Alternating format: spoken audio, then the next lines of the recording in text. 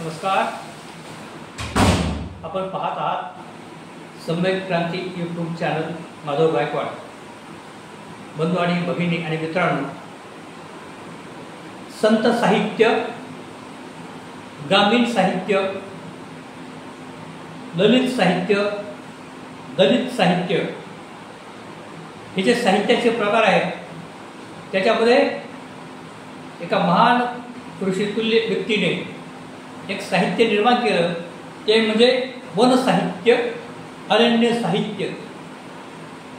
One साहित्य, अरण्य साहित्य म्हणजे वनामध्ये असणारी झाडं झुडपं, पशु पक्षी, जीव आणि वनातील अरण्यातील असणारे जीवन आणि तेथील वनस्पती, तेथील प्राणी, तेथील पक्षी, तेथील पाणी, तळे, डोंगर, नाल्या, डोंगर, नद्या या सर्वांचं निरीक्षण करून 65 वर्ष जंगलामध्ये व्यतीत करणारे थोर साहित्यिक पद्मश्री अरण्य ऋषी मारुती भजनराव चितनपल्ली यांना भावपूर्ण श्रद्धांजली मी आपल्या सर्वांच्या वतीने वाहत आहे.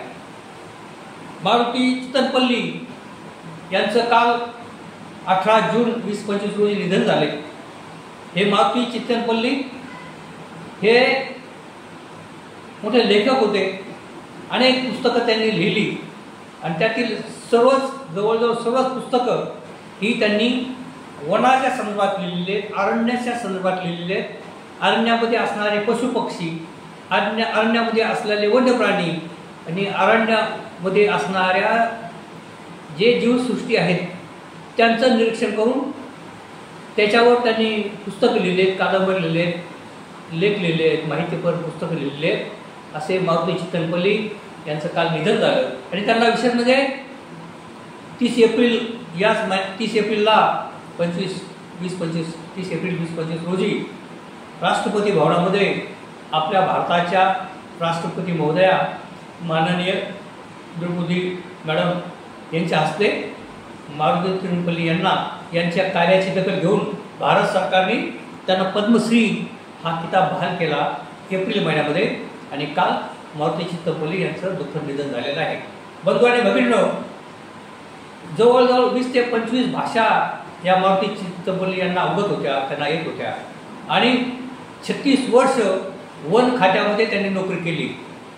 वन खात्यात नोकरी लागली आणि 36 वर्षाच्या कालखंडामध्ये वन खात्यामध्ये नोकरी केल्यामुळे संपूर्ण जंगल परिसर, महाराष्ट्रातील मोठे मोठे जी अरण्य आहेत, महाराष्ट्रातील मोठे मोठे जंगल आहेत, त्या सर्वांवर त्यांच्या कर्तव्यावरती असताना, ड्युटीवर असताना आणि त्या वनांचं संरक्षण करण्यासाठी, वनांची पाहणी करण्यासाठी ते संपूर्ण जंगल त्यांनी पिंजून काढलं होतं. आणि त्या जंगलामध्ये असणारे पशुपक्षी, त्या ठिकाणी असलेले वन्य प्राणी यांचं निरीक्षण करून त्या संदर्भामध्ये मारुती चितनपल्ली यांनी लिखाण केलं होतं. तेव्हा असे जे थोर एक वल्ली ज्यांना म्हणून, एक अवलिया ज्यांना म्हणून अशा पद्धतीचं जीवन व्यतीत करणारे मारुती चितनपल्ली हे सोलापूरमध्ये वयाच्या 93व्या वर्षी त्यांचं निधन झालेलं आहे. तेव्हा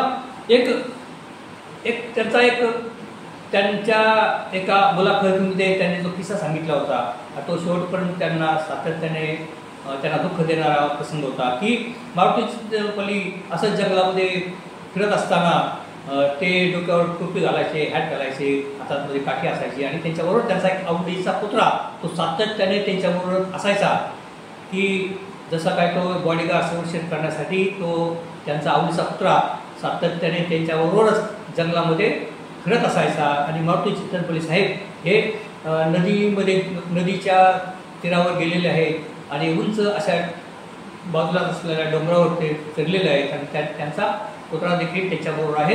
आणि वाऱ्याची हवा येते आणि वाऱ्याच्या हव्याने मारुती चितनपल्ली साहेबांची जी हॅट आहे, जी टोपी आहे, ती नदीमध्ये पडते, नदीच्या प्रवाहामध्ये पडते. आणि आपल्या साहेबांची हॅट, आपल्या साहेबांची टोपी या नदीच्या प्रवाहात पडलेली आहे. आणि तो इमानदार पुतळा मारुती यांचा, तर तो त्या पुतळ्याने त्या नदीच्या वाहत्या प्रवाहामध्ये उडी मारली आणि प्रचंड नदीचा वेग असल्यामुळे तो त्यांचा आवडीचा पुतळा वाहून गेला. तो काय परत आला नाही आणि ते दुःख सातत्याने मारुती चित्तमोहरांना राहिलं, असं त्यांनी एका मुलाखतीमध्ये सांगितलं होतं. तेव्हा अशा जे प्राणी आहेत हे आपल्या मित्र म्हणजे ते आपल्या मालकाची किती सेवा करतात किंवा ते किती निष्ठेने राहतात असं उदाहरण आहे. आता एक अलीकडे एक व्हिडिओ प्रसिद्ध होतोय, आता मोठा व्हायरल होतोय.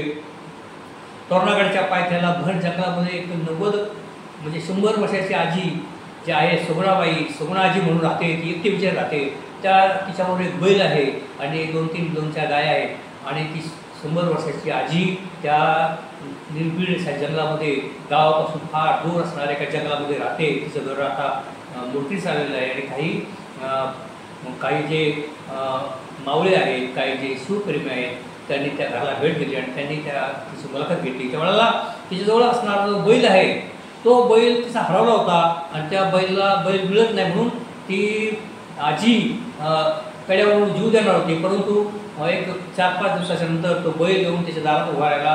तेव्हा त्या आजीला आनंद झाला. तर तो बैल असा आहे की त्या आजीच्या जवळ जरी कुणी व्यक्ती आली तर तो बैल त्या माणसाला मारायला धावतो, म्हणजे तो बैल त्या आजीचं संरक्षण करतो. अशा पद्धतीने अनेक उदाहरणं आहेत. एक मध्यंतरी एक व्हिडिओ प्रसिद्ध झाला होता. राजस्थानचा एक बुराखी आहे, शेतकरी आहे, त्याच्याकडे शेकडोने गाय आहेत आणि त्याच्यामध्ये 1-2 गाय अशा आहेत की त्या शेतकऱ्याला त्या बुराख्याला जर कुणी हात लावला, त्याला समजा मारण्याचा प्रयत्न केला, ती गाय जोरात धावत येऊन त्याचं संरक्षण करते व त्या समोरच्या माणसाला मारते.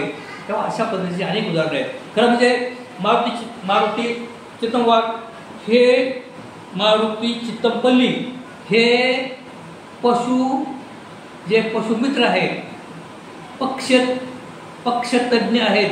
भारतामध्ये नाही जग प्रसिद्ध असणारे पक्षी तज्ञ म्हणून सलीम अली साहेब यांचे ते चाहते होते आणि सलीम अली साहेबांच्या अनेक वेळा मुलाखती घेऊन आणि त्यांचं मार्गदर्शन घेऊन त्यांनी जंगलामध्ये असणाऱ्या पक्ष्यांच्या संदर्भामध्ये अनेक प्रकारचे टिप्पणी केलेले आहेत, अनेक प्रकारची पुस्तकं त्यांनी लिहिलेली आहेत अशी मारुती बोलली.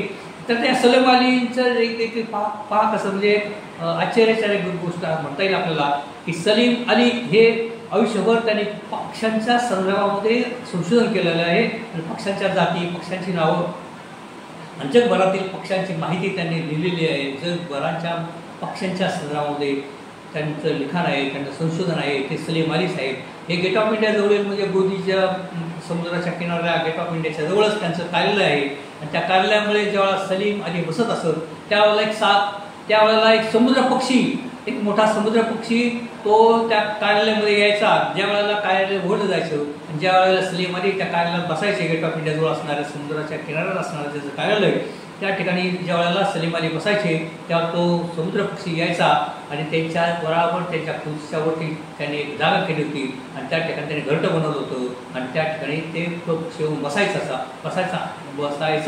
म्हणजे एक समुद्र पक्षी येतो एवढ्या मुंबई शहरामध्ये गेट ऑफ इंडिया जवळ असणाऱ्या कार्यालयामध्ये आणि सलीम अलींच्या बसण्याच्या खुर्चीच्या वरतीच त्यांनी घरटं केलेलं असतं.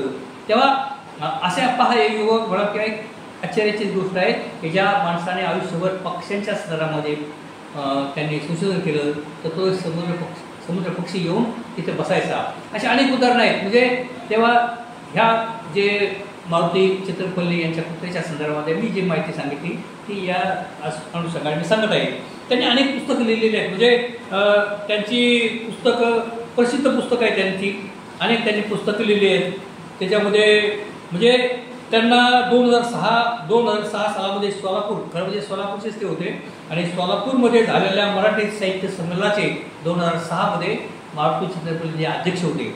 तेव्हा अशा पद्धतीने त्यांचा अनेकदा सन्मान झालेला आहे आणि त्यांचं त्यावेळेचं भाषण अत्यंत प्रभावी भाषण त्यांनी केलं होतं आणि त्या 2006च्या मराठी साहित्य संमेलनामध्ये भाषण करणारा जो अध्यक्ष होता त्याने निसर्गाच्या संदर्भामध्ये, पर्यावरणाच्या संदर्भामध्ये, पशुपक्ष्यांच्या संदर्भामध्ये आणि झाडाझुडपांच्या संदर्भामध्ये, नद्या नाल्यांच्या संदर्भामध्ये एक विस्तीर्ण भाषण केलं होतं. ते अत्यंत प्रसिद्ध भाषण त्यावेळेला झालं होतं.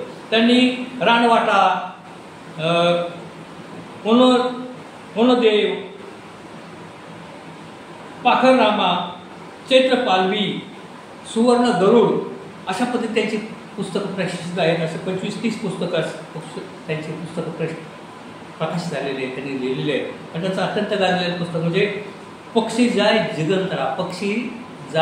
दिगंतरा हे पुस्तक अत्यंत प्रसिद्ध आहे मारुती चितनपल्ली साहेबांचं. तेव्हा आपण आपल्या सम्यक्रांती यूट्यूब चॅनलच्या माध्यमातून आपल्या सर्वांच्या वतीने मी मारुती चितनपल्ली यांना भावपूर्ण श्रद्धांजली अर्पण करतो. खरं म्हणजे निसर्गावर प्रेम करणारे आणि पशुपक्ष्यांवर प्रेम करणारे आणि या भूतलावर हा निसर्ग राहायला पाहिजे, निसर्ग जगला पाहिजे, निसर्गाची वाढ झाली पाहिजे, झाडाझुडपांची वाढ झाली पाहिजे आणि त्यातील पशुपक्षी जगले पाहिजेत, वन्यप्राणी जगले पाहिजेत. तर मनुष्य प्राण्याला हे सगळं हितकारक आहे. परंतु आपल्याला जाणवतं की आता विकासाच्या नावाखाली अरण्य नाहीसे होत चाललेले आहेत. विकासाच्या नावाखाली झाडझुडपं तोडली जातात आणि विकासाच्या नावाखाली एक पर्यावरणाचा ऱ्हास होत चाललेला आहे. म्हणून माझा हा एक आवडीचा विषय असल्यामुळे मी आणि काल मारुती चितनपल्ली यांचं साहित्य मी थोडंफार वाचलेलं आहे, त्यांचे लेख मी वाचलेले आहे आणि त्यांच्या दुःखद निधनाने मला देखील वाईट वाटलेलं आहे. म्हणून मी हा व्हिडिओ बनवलेला आहे.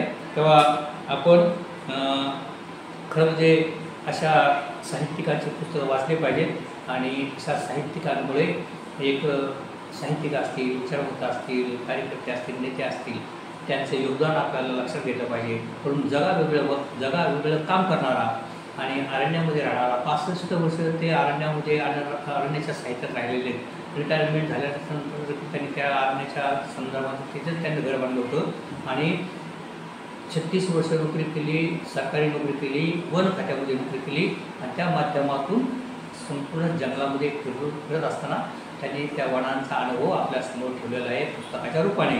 तेव्हा त्यांच्या आईच्या संदर्भात आईनीच त्यांना हे वळण लावलं होतं. लहानपणामध्ये त्यांच्या आईला देखील निसर्गाचं वेळ होतं, झाडाचं वेळ होतं आणि अरण्यामध्ये आई आपल्या मुलांना घेऊन अरण्यामधल्या पायवाटा दाखवायची आणि ते बालमंडळावर ठसलं असल्यामुळे मारुती चितनपल्ली पुढे अरण्य ऋषी म्हणून झाले आणि त्यांनी अरण्याच्या संदर्भामध्ये आणि जंगलाच्या संदर्भामध्ये पुस्तकं लिहिली आणि ते मराठी साहित्य संमेलनाचे अध्यक्ष झाले आणि त्यांना 30 एप्रिलला आता 30 एप्रिलमध्ये 2025 रोजी माननीय द्रौपदी मुर्मू राष्ट्रपती मॅडम यांच्या हस्ते त्यांना पद्मश्री हा किताब देखील दिलेला आहे. तेव्हा आपण पुन्हा एकदा सम्यक्रांती चॅनेल आपल्या सर्वांच्या वतीने मारुती चितनपल्ली या थोर साहित्यिकाला मी आवाजाली आणि श्रद्धांजली अर्पण करतो. मग बंधू आणि भगिनींनो, माझ्या व्हिडिओला आपण लाईक करा, सबस्क्राईब करा. धन्यवाद.